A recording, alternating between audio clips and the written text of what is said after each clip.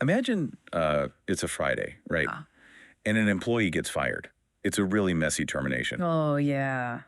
The worst kind. Right. So Monday morning rolls around. HR's, they're busy filing the paperwork, grabbing coffee. But while they do that, this former employee just logs into your corporate network from their couch seamlessly, elevates their own privileges to domain admin, and just quietly downloads your entire unencrypted payroll database. It's terrifying. And the craziest part is this isn't some Hollywood script. No, not at all. This is exactly what we found buried in the audit logs of the company we're dissecting today. We're calling them Finssecure Corp. Welcome to today's deep dive. We are taking a massive stack of Finnsecure's cybersecurity audit artifacts. So, system logs, user matrices, their security blueprints, all their internal policy documents, and we're tearing them apart. We really are. Because, to put it bluntly, Finnsecure is a textbook example of a totally fragile architecture. House of cards. Exactly. They're a mid-sized financial organization, and they're going through this massive, highly critical security review. And when you look at their diagnostic landscape, it is the definition of muddy waters. Yeah, on the surface, everything looks fine. Right. The servers are blinking green, employees are closing their help desk tickets, the business is making money. But underneath that surface layer, the infrastructure is just a fractured, bleeding mess. So our mission today is to take this organization from that vulnerable artifact state they're currently just drowning in and architect a path to a real hardened state, like something an actual subject matter expert would approve of. And we're going to do that by stress testing their identity perimeter, auditing the legal governance of their paper shield, and then analyzing the operational realities of their human firewalls. And then, the best part, we're dropping straight into the system logs for some active threat hunting. We need to see what actually happened when these vulnerabilities were weaponized. Oh, the logs don't lie. It's going to be fascinating. If you're listening to this and mentally comparing Finnsecure's setup to your own corporate environment, pay really close attention to where the friction points are. Because while this is a rigorous, framework-backed IT audit, the root cause of every technical failure we're going to discuss today, it all comes down to human behavior. It always does. It's about misaligned incentives, management taking the path of least resistance, and just the catastrophic domino effect of bad IT governance. So we have to view every single one of these failures through the lens of the CIA Triad. Right. Confidentiality, integrity, and availability. And not just as like an abstract textbook concept. We mean this as a literal existential risk to Finnsecure's business model. Exactly. A breach of confidentiality. That means banking clients sue them into oblivion. A failure in integrity means financial transactions are actually being manipulated in transit. Which is an absolute nightmare. And a drop in availability means ATMs go offline, market confidence drops to zero, and it's game over. Every vulnerability we track down today directly compromises one of those pillars. So let's get right into the architecture. Let's do it. The absolute foundation of Finnsecure's network relies on how they manage the identity perimeter. We need to evaluate their access control models, because if you get that conceptual framework wrong, well, no amount of endpoint detection is going to save you. No, it's just putting a Band-Aid on a gaping wound. Looking at their environment, it's clear they've struggled to implement a scalable model. Why do companies struggle with this so much? Well, because moving away from legacy access models requires massive organizational discipline. You still see companies functioning entirely on discretionary access control, or DSC. Oh man, DSC. It's essentially the Wild West. The data owner decides who gets access to the file share. It's decentralized chaos. Hey, I made a folder. I'll just give everyone read-write access so they stop bothering me. Exactly. And on the other end of the spectrum, you have environments attempting to enforce mandatory access control, or MMAS, outside of a military or intelligence context. Which is an administrative nightmare, right? You can't run a modern, agile CI/CD pipeline if every single developer needs a strict centralized clearance label just to commit a line of code. The overhead would paralyze the engineering team. It totally paralyzes them, which is why Finnsecure opted for role-based access control, or RBAC. Right, which is the gold standard for commercial enterprise. It abstracts the permissions away from the individual user. You tie the access strictly to the business function. So when someone is hired as a, say, Tier 2 support tech, they inherit the exact permissions mapped to that role. Exactly. And if they move to engineering, you strip the support role and apply the engineering role. I always thought of a mature RBAC deployment like a high-security casino. Oh, I like that analogy. Yeah, so your employee badge doesn't care about your actual name. It only registers that you are, let's say, a pit boss. So when you walk up to the cage, the electronic doors just open. Right. But if you try to swipe into the server room where all the surveillance footage is stored, the system rejects you because the pit boss role has absolutely no business context for that area. It enforces boundaries without a human security guard needing to make a judgment call. That's the ideal state. Right, ideal state. But the reality at Finssecure is that their RBAC implementation has suffered from severe organizational drift. Massive drift. The system like RBAC requires ruthless auditing to maintain its integrity. Otherwise, you get role explosion, where you end up with more custom roles than actual employees. Which defeats the whole purpose. It really does. So let's look at the vulnerability detection scan from their user role matrix. We flagged 4 critical targets that expose how deeply compromised their identity perimeter really is. Let's do it. Target 1 immediately jumps out. We have a user, Jay Lopez. His official organizational role is junior system admin. But his applied privilege level in the matrix is domain admin. Yeah. I mean, that isn't just a minor misconfiguration. Domain admin is God mode. It's the keys to the kingdom. It means he can manipulate the Active Directory infrastructure, bypass security protocols, just own the entire network. Why does a junior admin have that kind of access? It's a total violation of the principle of least privilege. And honestly, it usually happens because of what we call Cowboy IT. Cowboy IT, explain that. Well, the senior engineering team gets tired of the junior admins escalating tickets, right?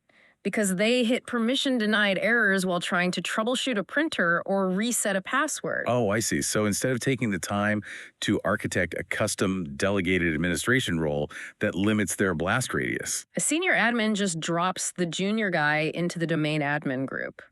It prioritizes the speed of closing help desk tickets over the security of the entire domain. It's the path of least resistance. But the blast radius is terrifying. It really is. If Jay Lopez gets hit with a session hijacking attack, the adversary doesn't just compromise a junior help desk account.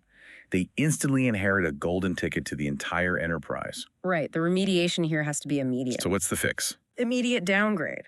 We remove him from the domain admin group and align his permissions with NIST SP 853 standards for least privilege. So if he needs to reset passwords, we delegate that specific right at the organizational unit level in Active Directory. Exactly. We isolate his capabilities so a compromise of his account doesn't result in a total domain takeover. Okay, moving to target 2, PLS.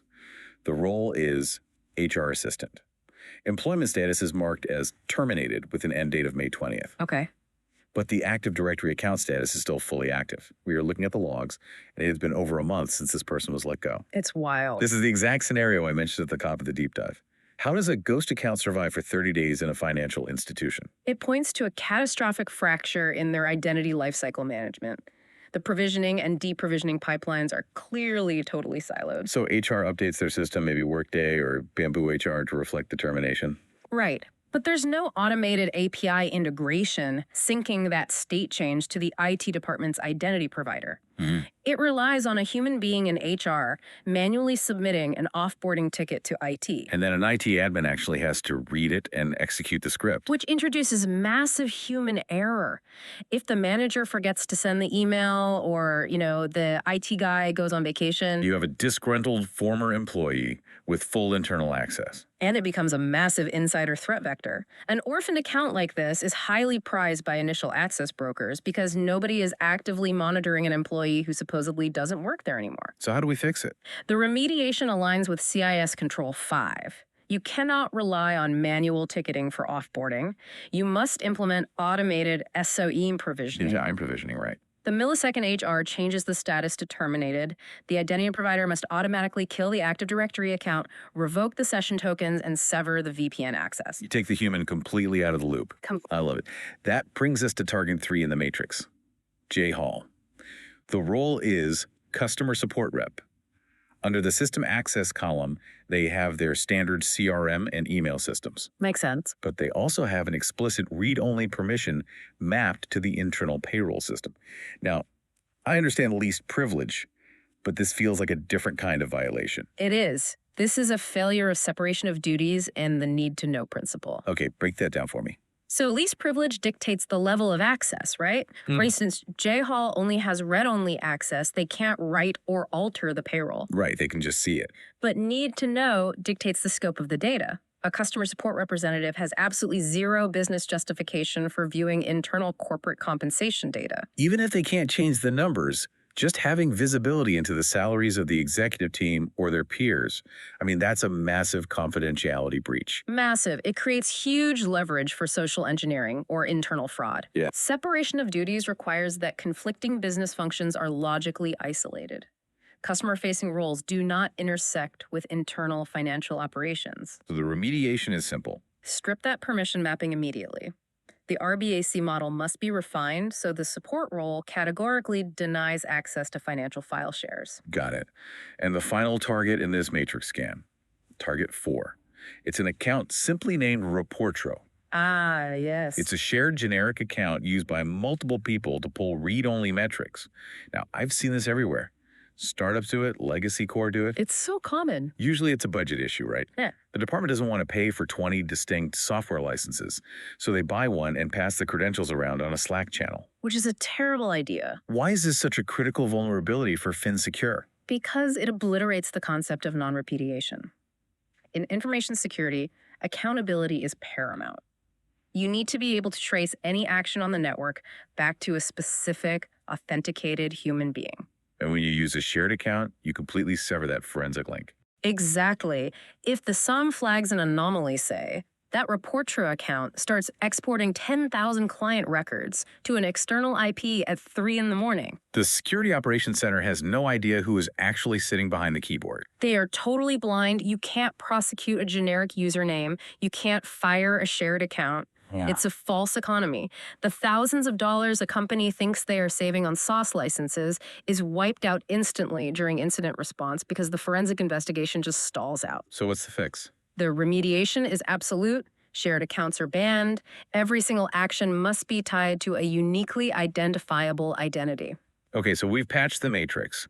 The digital identities are theoretically secure, but the software only enforces what the organization dictates. Right. This brings us to the actual governance structure Finsecure's paper shield. We're looking at their written policies, because if the rulebook is flawed, the architecture built on top of it will inherently fail. Governance is the legal and operational bedrock. It dictates the mandatory baseline, and we're looking at 3 glaring gaps in their high-level policy documentation that expose the company to significant legal and technical risks. Let's start with gap 1. Pre-start date provisioning. Their onboarding policy explicitly states new hires may be provisioned access in advance of their start date with direct manager sign-off. Oof. Now, I know exactly why managers do this. They want the new hire to hit the ground running on Monday morning, so they badger IT to give them the login credentials on Friday afternoon. Which creates an unacceptable legal vacuum. Oh, so? When you grant network access on a Friday to someone who officially starts on a Monday, you are handing the keys to your corporate infrastructure to a legal stranger. Because they haven't been fully vetted yet. They haven't necessarily completed the final HR identity proofing. The background checks might still be pending. And most critically, they have not legally executed their non-disclosure agreements or the acceptable use policies. So if that individual logs into the VPN over the weekend, downloads proprietary training algorithms or client lists, and simply ghosts the company on Monday. Finssecure has virtually no legal recourse. Because they can't enforce an NDA that was never signed? They've essentially authorized a data breach. Precisely. The convenience of a smooth Monday morning cannot supersede foundational security vetting. So how do we rewrite the policy? The policy must categorically forbid granting Active Directory credentials or network access until the official start date is reached, and all legal governance documents are cryptographically signed and filed. But IT can still stage the account, right? Oh, absolutely. You can stage the account in the background, but the activation must be hard-locked to the start date. That makes perfect sense. Gap 2 in their paper shield is undefined access reviews. The policy states department managers are responsible for reviewing user access as needed. Yeah, as needed is one of the most dangerous phrases you can put in a security policy. It really is. It guarantees the process will be ignored. Department managers are focused on revenue, project deadlines, and just, operational putting out of fires. Exactly. An ambiguous as-needed access review falls straight to the bottom of the priority list. This is exactly the policy failure that allowed P. Ellis, our terminated HR assistant, to maintain access for a month. It creates unchecked access creep. People change roles, they join Tiger teams for a 6-week project, they get elevated permissions, and those permissions are never revoked. Never. Over 5 years, a mid-level manager ends up with access to half the company's restricted data. How do we force compliance here without overwhelming the managers with alert fatigue? You mandate strict recurring recertification schedules tied directly to the identity management platform. So we rewrite the policy to require quarterly access reviews for critical financial systems and biannual reviews for standard access. Yes, but you don't just send them a spreadsheet. You automate the workflow. How does that look for the manager? The manager receives a dashboard prompt listing their direct reports and their current entitlements. They must affirmatively click approve or revoke. And what if they just ignore it? If they fail to complete the review within the SLA window, the system automatically suspends the access. Oh, I love that. Fail secure. If you don't explicitly validate the access dies. Exactly. Force their hand. Okay, moving to gap 3. Unregulated temporary access. The policy allows privileged access to be granted temporarily for project or troubleshooting needs. Again, very vague. I see the operational reality here, though. A database engineer needs temporary admin rights to hotfix a production bug.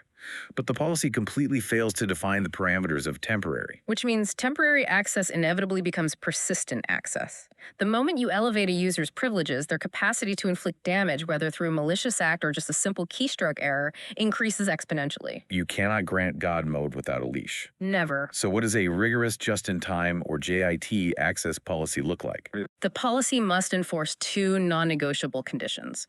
First, a hard, system-enforced expiration time to live. Okay.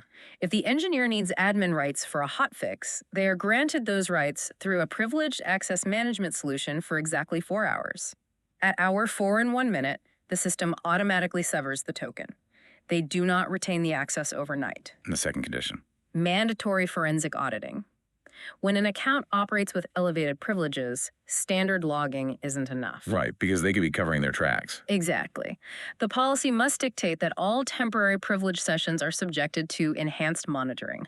This could mean full session recording or deep command line logging. And a security analyst must review that log to ensure the engineer only fixed the database and didn't also create a backdoor service account while they had the keys. Trust, but aggressively verify. I like it. So we've locked down the matrix and rewritten the rule book. The paper shield is solid.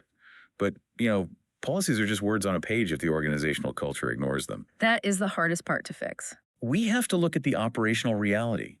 We need to stress test the human firewall. And looking at Finnsecure's operations, the friction between agility and security is tearing the infrastructure apart. Let's talk about their change management. It is practically non-existent. Yeah. Our audit revealed that IT administrators are routinely making emergency firewall changes directly in the production environment without any formal approval workflow, no centralized ticketing, and no peer review. Now, I have to push back on this a little bit because I know exactly how IT ops teams think. Sure. If the core banking portal goes offline and the company is burning tens of thousands of dollars a minute, you cannot expect an infrastructure engineer to stop, write up a detailed JIRA ticket, submit it to a change advisory board, and wait for a committee to convene before they open a blocked firewall port. I hear that all the time. The business demands agility. How do you balance that with security without crippling the company's ability to respond to an outage? You balance it by recognizing that undocumented emergency changes are often the exact thing that causes the extended outages in the first place. Wait, really? Oh, absolutely. Think about it. If an engineer cowboys a firewall rule to fix a routing issue, but makes a syntax error that drops all inbound traffic, and they didn't document the change, the rest of the team is flying blind. Oh, because they don't know what the baseline was, so they can't quickly roll it back? Exactly. It destroys system integrity and availability. Okay, fair point. So what's the middle ground? Because a standard CIB process is still too slow for an active incident. The middle ground is an emergency CAB or ECHAB workflow, coupled with infrastructure as code. We implement the RTID lifecycle. Request, review, approve, test, implement, document. You got it. In an emergency, the ECAB is a streamlined, pre-authorized group maybe just the on-call incident commander, and a senior security engineer.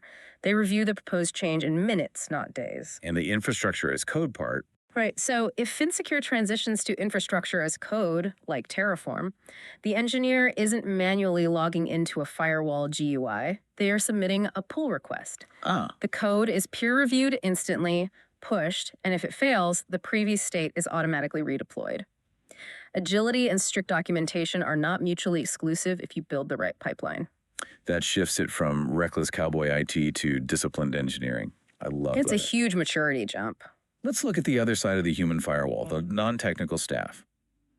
The security awareness training at Finssecure is, well, it's a joke. It's painful to look at. It's a 5-minute verbal briefing during HR onboarding, followed by a generic annual email reminder. There is no continuous education, no phishing simulations. Which is why their confidentiality pillar is incredibly fragile. You can deploy next-generation firewalls, implement deep packet inspection, and encrypt data at rest. But an adversary doesn't need to defeat any of that cryptographic math if an accountant willingly types their credentials into a spoofed Microsoft 365 login page. But is awareness training actually effective against modern adversaries? We are seeing adversary-in-the-middle attacks using reverse proxies like Evil Jinx that bypass standard multi-factor authentication. Yeah, they steal the actual session cookie. Right. So, can you realistically train a marketing associate to spot an AI-generated spear phishing email that perfectly mimics their CEO's writing style and originates from a lookalike domain? Well, you cannot expect perfection, which is why training is only one layer of defense in depth. However, a 5-minute verbal briefing guarantees a 100% failure rate due to rapid skill fade. So what's the goal of continuous training if not perfection? The goal of continuous role-based training is not to turn every employee into a digital forensics expert.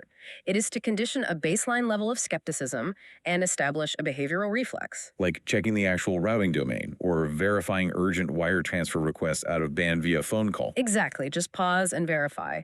But you must measure the efficacy of the training. Finssecure needs to deploy continuous controlled phishing simulations to establish a phish-prone percentage baseline. So you track how many users click the link, and more importantly, how many users report the simulation to the SOC. Yes, the reporting metric is crucial. You tie these metrics to executive risk dashboards. If the finance department consistently fails simulations, you dynamically increase their training frequency. You build a culture where reporting an anomaly is rewarded rather than a culture of silent noncompliance. That's the key. Okay, we've theoretically patched the matrix, the policies, and the people, but this is an audit of an active environment. We need to look at the telemetry to see what actually slipped through these massive gaps. This is my favorite part. This brings us to the active combat phase. We are pulling the raw system logs from the last 48 hours. We're looking at event IDs, source IPs, and behavioral analytics. This is where we validate all our diagnostic theories, and we've isolated 3 critical threats in the log telemetry that require immediate analysis and architectural mitigation. Let's get into it. Threat 1. Let's look at the timestamp. 11.05.27 Zulu. The CM caught a file download event on the central file server. The user is M. Singh. The log shows this account downloaded 14 individual PDF files from the highly restricted payroll directory, and the entire sequence occurred within a 120-second window. Walk me through the forensic analysis here. So this telemetry strongly indicates a severe insider threat, specifically data exfiltration. But M. Singh might be authorized to access the payroll directory. I mean, how do we distinguish between an HR employee doing their end-of-month reporting and a malicious insider stealing data? It comes down to velocity and behavioral deviation. Even if M. Singh has the correct RBAC entitlements to view that directory, the velocity of the action pulling 14 distinct files in under 2 minutes is highly anomalous for a human operator. Right. You don't open, read, and process 14 complex financial PDFs in 120 seconds. Exactly. This log signature suggests an automated scrape or a rapid bulk save operation. They're likely staging the data for exfiltration to a personal cloud drive or a USB device. He's pulling the golden data before he leaves for a competitor. A classic move. So how do we architect the environment to stop the exfiltration before the files actually leave the perimeter? What? We must deploy a layered mitigation strategy. First, data loss prevention, or DLP. How does that work? A DLP agent sits on the endpoint and utilizes regular expression matching and data fingerprinting. If it detects a file containing strings that match social security numbers or corporate financial data attempting to cross a boundary. Like an upload to Dropbox or a copy command to a removable drive. Right. It actively interrupts the kernel process and blocks the transfer. Okay, so the DLP enforces the boundary, but how do we catch the behavioral anomaly earlier? By implementing user and entity behavior analytics, UEBA. UEBA. Yes, a UEBA engine ingests massive amounts of log data and uses machine learning algorithms to build a unique behavioral baseline for every single identity on the network. So it has standard deviations. Exactly. It knows that MSing normally authenticates from an IP in Chicago between 8 a.m. and 5 p.m. and typically interacts with an average of 3 files per hour. It understands his digital cadence. Precisely. So when MSing's account suddenly exhibits a massive spike in file interaction velocity, targeting a directory he rarely accesses, the UEBA engine flags the mathematical deviation. That's amazing. It doesn't rely on a static security rule, it relies on contextual anomaly detection. The system can be configured to automatically sever the session token or quarantine the endpoint the moment the deviation exceeds a critical risk threshold. That is a brilliant application of machine learning. Let's examine threat 2 in the logs. Okay. Timestamp 10.25.11 Zulu. We have a escalation event generated by the Active Directory service.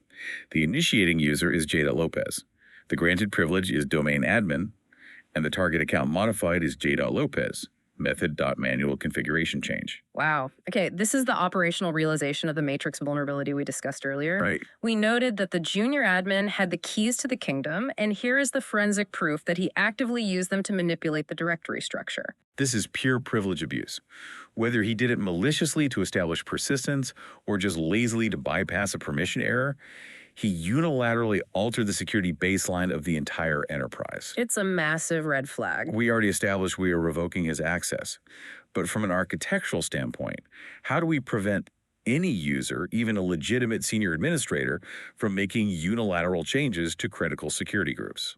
We enforce strict separation of duties at the directory level using a privileged access management or PAM vault. So we strip all standing privileges from the administrator accounts. Exactly. If a senior engineer actually needs to modify the domain admin group, they must request checkout of a vaulted credential. And this triggers a dual authorization workflow. Right. It requires a cryptographic quorum. The engineer submits the request, and the PAM system pauses the workflow, sending an alert to a secondary approver, perhaps a CISO or a peer IT director. And that secondary authority must authenticate and explicitly approve the action before the vault releases the credential or executes the script. It mathematically eliminates the single point of failure. No one acts alone.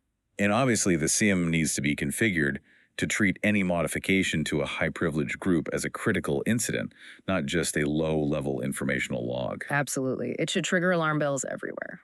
Let's look at the third threat, threat 3, timestamp 10.44.33 Zulu.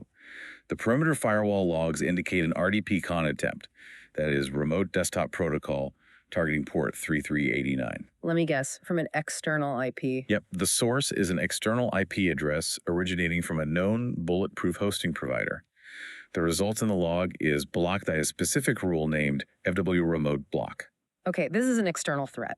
An adversary is conducting active reconnaissance, scanning the Finssecure public IP space, looking for exposed RDP services to hammer with a credential stuffing or brute force attack. Now, the firewall successfully dropped the packet. The rule worked. But you flagged this as a critical architectural issue. Why, if the attack was actually blocked? Because relying on a specific targeted block rule to protect critical administrative interfaces is incredibly fragile. It violates the concept of failing securely. Explain that.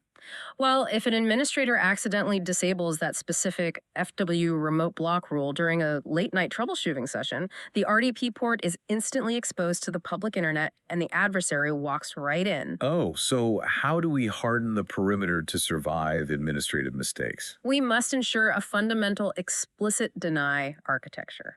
Firewalls process access control lists sequentially from top to bottom. Right. The absolute final rule in any firewall configuration must be a hard-coded, unalterable, explicit deny any.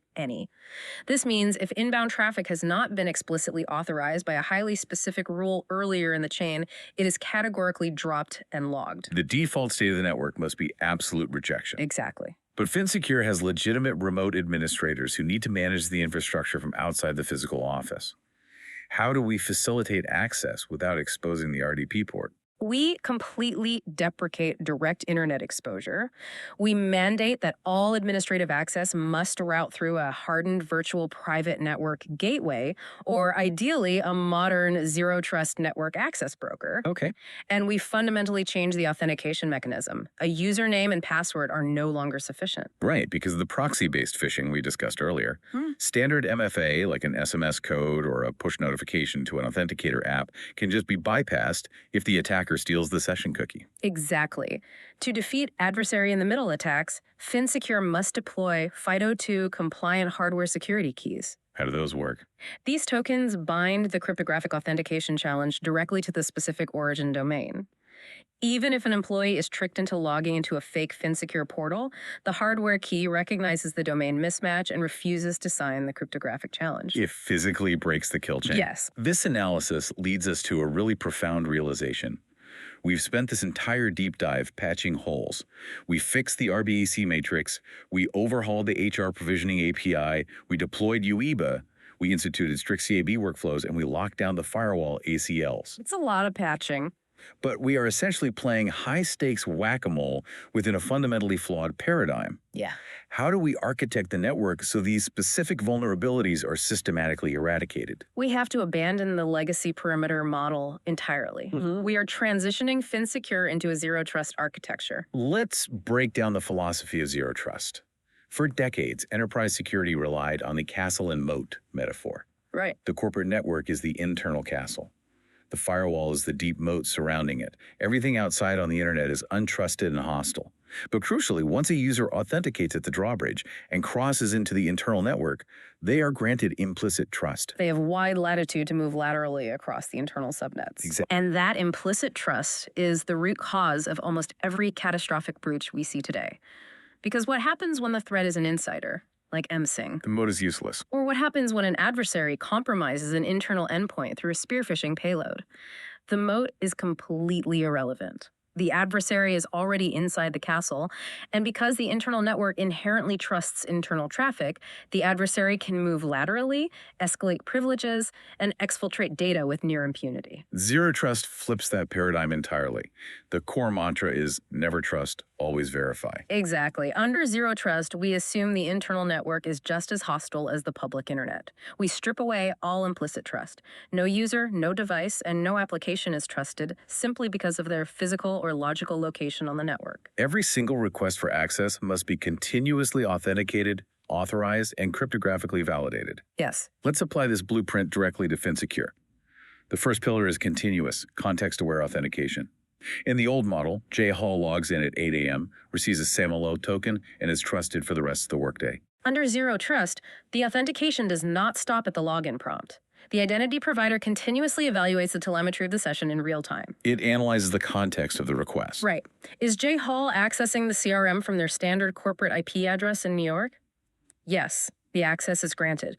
But what if, 2 hours later, that same valid session token is used to request access to a backend database from an IP block associated with an anonymous VPN provider? The context has shifted dramatically.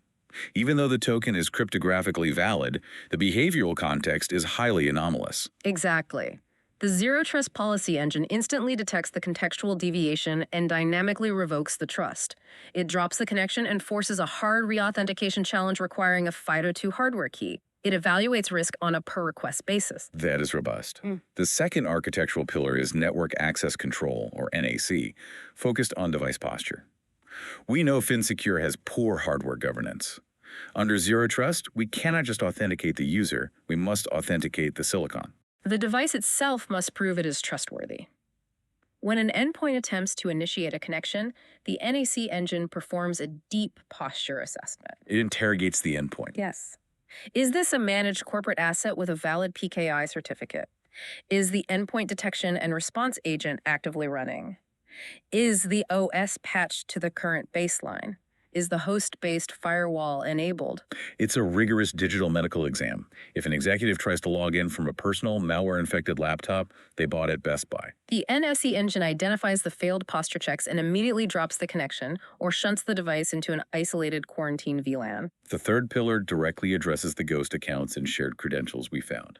Automated identity lifecycles. Zero trust requires absolute cryptographic certainty of identity. Shared accounts like Reportro are purged from the environment because they cannot be contextually validated. And the lifecycle is entirely automated via SIM protocols. The millisecond, the HR database registers a termination. The identity provider propagates that state change across the entire control plane, instantaneously destroying the user's session tokens across all cloud and on-premise applications. Incredible.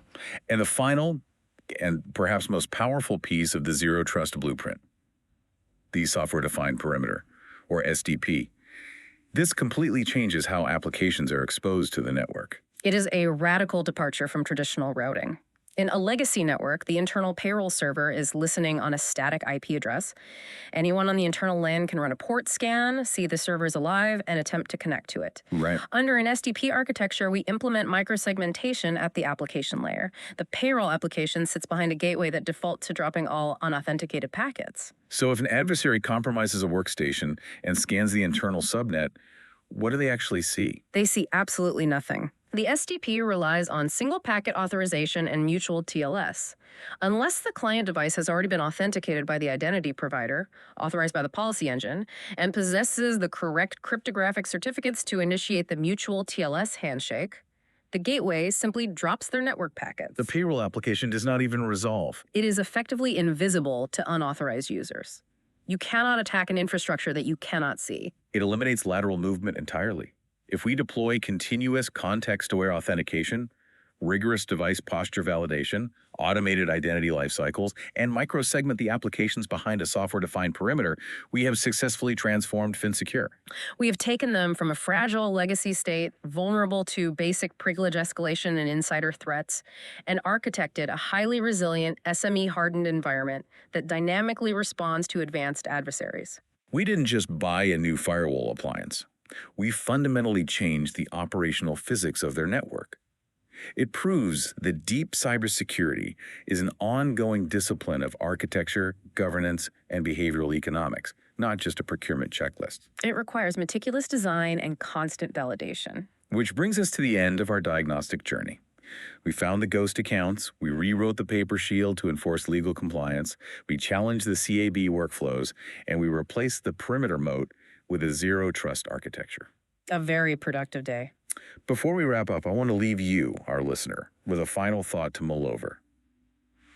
Throughout this entire deep dive, we have been dissecting the concept of defense in depth in the digital realm. Yeah. We've talked about layering FIDO2 authentication over RBAC, deploying UEBA behind DLP, and building an interlocking matrix of security controls so that if one system fails, the infrastructure holds. Exactly. Now think about how you secure your physical life. Think about your home. You have a heavy deadbolt on the front door.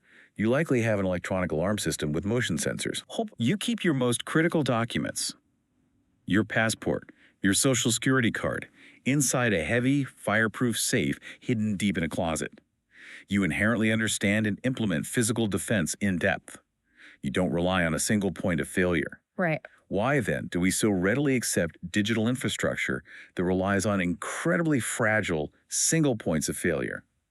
Why do organizations protect millions of dollars in intellectual property with a single perimeter firewall and a static password? It's wild. We accept a level of catastrophic risk in our digital architecture that we would consider absolute insanity in our physical lives. We really do. As you go back to your own network environments, ask yourself, where does the castle and moat mentality still dictate your engineering decisions?